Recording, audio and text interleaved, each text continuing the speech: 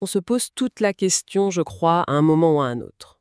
Pourquoi est-ce qu'on fait les choses? Mhm. Quand on se donne à fond dans un projet, quand on rend service à quelqu'un, on cherche quoi au fond? La reconnaissance? Une récompense? Ou peut-être autre chose. Ou peut-être quelque chose de plus profond? C'est exactement le sujet qu'on va creuser aujourd'hui. On va parler d'un concept spirituel assez fascinant, l'Ikhlas. Oui. On le traduit souvent par sincérité, mais on va voir que c'est bien, bien plus que ça. L'idée, c'est de décortiquer ce concept pour vraiment saisir sa portée. C'est un très bon point de départ, parce que ce mot, ikhlas, il va bien au-delà de la sincérité ordinaire, du simple fait de ne pas mentir. D'accord. Dans la tradition spirituelle islamique, c'est un acte du cœur, Ouais. totalement invisible de l'extérieur, mais qui réoriente toute l'existence vers un but unique et désintéressé. Un but désintéressé. Exactement. On va essayer ensemble de peler un peu les couches de ce concept, de sa définition la plus simple à sa manifestation la plus élevée. D'accord. Alors allons-y. Commençons par la base. Ce mot ikhlas, qu'est-ce que ça veut dire à la racine? À la racine, l'idée, c'est celle de la pureté. La pureté. Oui, imaginez de l'or qu'on a débarrassé de toutes ses impuretés. C'est ça. C'est quelque chose de pur, sans mélange, sans fard. Et du coup, c'est l'exact opposé de l'ostentation, de ce qu'on appelle le riya. Le fait d'agir pour être vu, c'est ça? C'est ça. L'ikhlas, c'est décrit comme une forteresse intérieure, un état du cœur qui le protège de toutes ces motivations un peu parasites. Une forteresse intérieure. L'image est très forte. Et qu'est-ce qui est à la source de cette pureté? Elle vient d'où? Excellente question. Elle ne sort pas de nulle part. Les textes la religent toujours à un autre concept, la sadakat. La sadakat. On peut traduire par loyauté, fidélité. La sadakat, c'est la source, le puits. Et l'ikhlas, c'est l'eau pure et cristalline qu'on en tire. D'accord.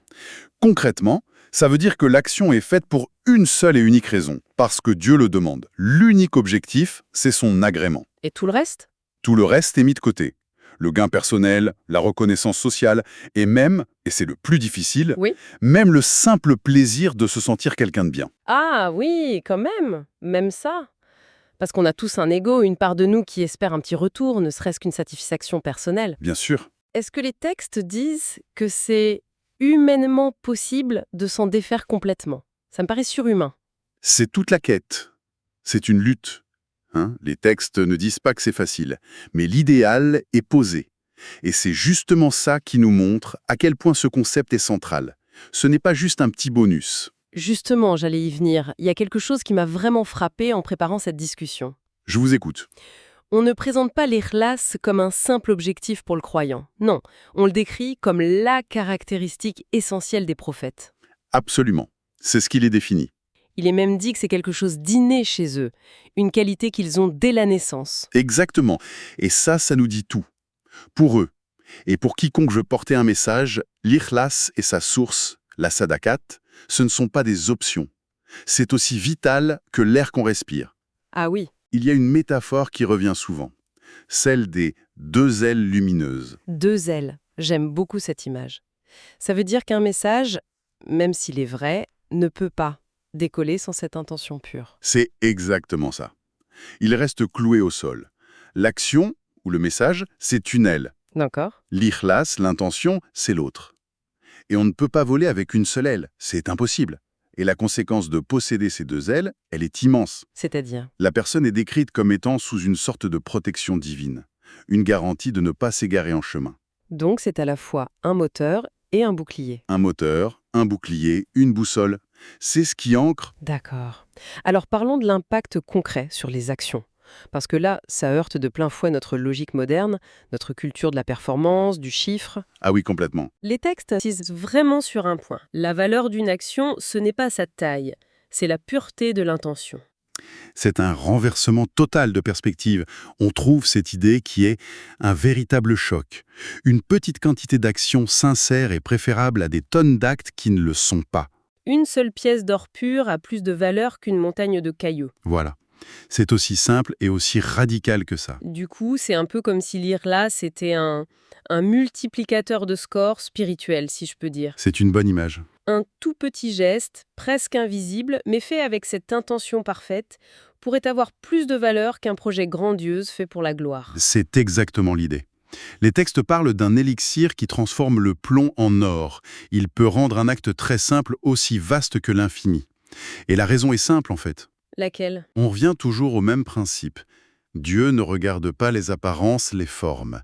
Il regarde les cœurs. Le moteur, c'est l'intention. Il y a une sagesse attribuée au messager de Dieu, Mohammed, paix sur lui, qui dit « Sois sincère dans ta vie religieuse, une petite action suffit. C'est très direct. » Très. Et une autre dit « Visez toujours la sincérité dans vos actions, car Dieu n'accepte que ce qui est sincère. » La sincérité n'est pas la cerise sur le gâteau. Non, c'est la condition sine qua non. C'est la condition même. Sans elle, il n'y a rien. Les images utilisées sont très fortes. Une action sans hilas est comparée à un corps sans âme. C'est une coquille vide, oui. Ça a l'apparence de la vie, mais c'est mort à l'intérieur. Et on retrouve cette image de l'aile. Il y a un poème de Mevlana Rumi qui pose la question, et on sent presque l'angoisse, comment espérer atteindre le salut sans l'aile de la sincérité? C'est une question qui laisse sans voix. Et pour illustrer ça, il y a une anecdote, une histoire qui est une vraie leçon de vie. Ah oui? Ça concerne un grand mystique, Bayezid Bistami.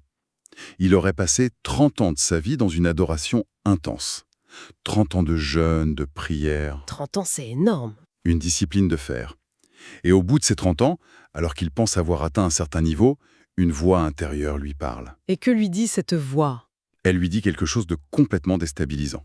En substance, au Bayezid, les trésors de Dieu débordent déjà d'actes d'adoration comme les tiens. Si tu veux vraiment l'atteindre, la clé n'est pas là. Ce n'est pas dans la quantité. Non, la voix poursuit. La clé, c'est de te voir comme insignifiant à sa porte et d'être purement sincère dans tes actions. Waouh! 30 ans de dévotion pour s'entendre dire tu es passé à côté de l'essentiel. C'est un choc terrible. Et en même temps, Une libération, j'imagine? une libération incroyable. Ça le libère de la pression de la performance. Il comprend que l'effort n'est pas la finalité. L'intention est tout. D'accord. Le concept est clair, mais il reste vertigineux. Concrètement, comment est-ce qu'on peut, ne serait-ce qu'approcher un tel état d'esprit? Est-ce qu'il y a des étapes? Oui, les textes décrivent une sorte de progression, des niveaux de conscience. Le premier niveau, le plus accessible, serait de faire en sorte que les autres ne voient pas ses bonnes actions. De les cacher, activement. Oui, pour ne pas être tenté par la recherche de leur approbation. Pour éviter le poison de la vanité. C'est un bon début. Faire le bien en secret. Et après? Le deuxième niveau, c'est un cran au-dessus. Il ne s'agit plus seulement de cacher, mais d'atteindre un état où l'opinion des autres devient indifférente. Ah, Que les gens voient l'action ou pas, qu'ils la louent, qu'ils la critiquent, ça n'a plus aucun impact. Le regard de l'autre ne pénètre plus la forteresse. et rien que ce niveau-là, c'est l'objectif d'une vie pour beaucoup de gens, je pense. Ne plus être affecté par le jugement. Mais vous avez dit qu'il y avait un sommet. Oui, le sommet est le plus subtil et le plus paradoxal. C'est-à-dire? C'est d'atteindre un point où on n'est même plus conscient de sa propre sincérité. Attendez. Et là, je suis un peu perdue. Comment ça, ne plus être conscient d'être sincère? C'est un nœud au cerveau. C'est le paradoxe ultime. L'idée, c'est que l'acte devient tellement pur, tellement spontané, qu'il est libéré de toute auto-analyse. D'accord. La personne n'agit plus en se disant « Attention, il faut que je sois sincère ». Non, elle agit, c'est tout.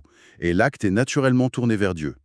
Toute pensée parasite a disparu, y compris la satisfaction de se dire « Je suis en train d'être sincère ». Ah, je crois que je saisis. C'est moins un objectif qu'on atteint par la volonté qu'un état de grâce, en quelque sorte. C'est exactement ça. On ne peut plus le fabriquer soi-même. Et c'est pour ça que les textes finissent par qualifier l'ikhlas ultime de « secret ». Un secret. Un secret entre la personne et Dieu. C'est décrit comme un don que Dieu place dans le cœur de ceux qui l'aiment. Là, on dépasse la volonté humaine. Et pour quelqu'un qui atteint cet état, j'imagine que ça doit être une paix intérieure incroyable. Total. Pour une telle personne, les louanges et les critiques sont comme le jour et la nuit. Deux phénomènes extérieurs qui n'altèrent rien. Être honoré ou méprisé, ça lui est égal. L'intérieur et l'extérieur sont en harmonie. Parfaite harmonie. Il n'y a plus de masque, plus de dissonance. C'est le sommet de l'intégrité spirituelle. C'est fou le chemin qu'on a parcouru. On est parti d'une simple traduction, sincérité, et on arrive à un état d'être qui est presque une fusion, un secret divin. Mhm. On a vu que c'était la force des prophètes, le pouvoir qui transforme une petite action en trésor, et finalement un état de paix totale, Oui. Et je pense que la conclusion, c'est que ce concept vient vraiment bousculer notre vision moderne du monde. qui est très transactionnel. Très. On est conditionné à penser en termes de retour sur investissement. Chaque action doit produire un résultat visible, un salaire, des likes, un statut, Toujours une validation extérieure. toujours. Et l'Ikhlas propose une autre voie. Une voie où le centre de gravité n'est plus à l'extérieur, mais à l'intérieur, dans la pureté de notre alignement avec un but plus élevé. Ce qui nous amène à la question finale, celle qu'on peut garder avec nous. On passe notre temps à se demander qu'est-ce que cette action va m'apporter? Toujours. Qu'est-ce qui changerait dans notre travail, dans nos relations, dans notre vie de tous les jours, si la question qui guidait chacun de nos gestes devenait quelle est l'intention la plus pure que je puisse apporter à ce moment précis?